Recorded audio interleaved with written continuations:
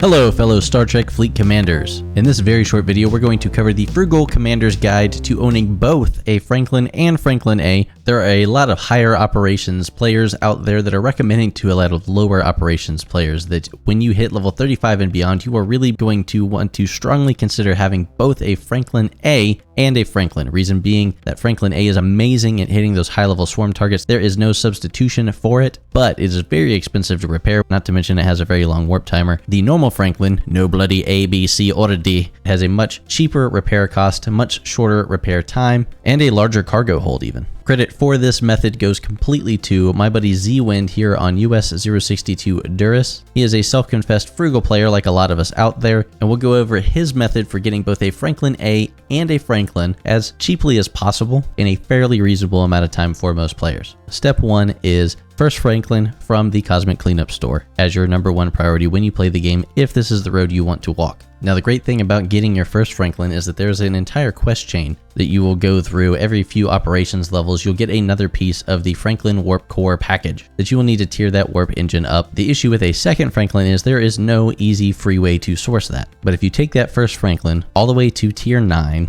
level 41, you can scrap it for what you need to get your Franklin A, which is great, but we want to hold off on doing that because you need to get a second Franklin while you have a max tier Franklin so that you can be farming the modulators for the lower level Franklin. The good news is all of the research that you've done that has just been moved to the Starships research tree will apply to your big Franklin, your little Franklin, the Franklin A when you get there. It all applies to all of them. You don't have to do that again. But you will want to make sure you've got at least that second Franklin fairly well built with a fairly hefty stock of those Mark I modulators before you start scrapping a level 41 Franklin to get the Franklin A pieces at operations level 35. Let's keep in mind real quick that if you were to go ahead and buy both of these ships by themselves, you would have to purchase 2 of the $20 packs to get half of the Franklin blueprints apiece, and 1 of the $100 packs for the Franklin A. But what dawned on Z-Wind to make this a lot more feasible, it was at the last end of ARC store that we had. You could purchase all of those Franklin warp cores for about 60,000 of the currency that they gave out then, which was extremely doable. Those end of ARC stores really only come around every 3 months at the most frequent, and 7-8 months even for some of the longer arcs. So if you really want to walk this road, you're going to have to keep your eye on that, and when that store does roll around, you're going to want to pick those up. But if you do so, you can pick up a Franklin A and a Franklin through the Cosmic Cleanup Store,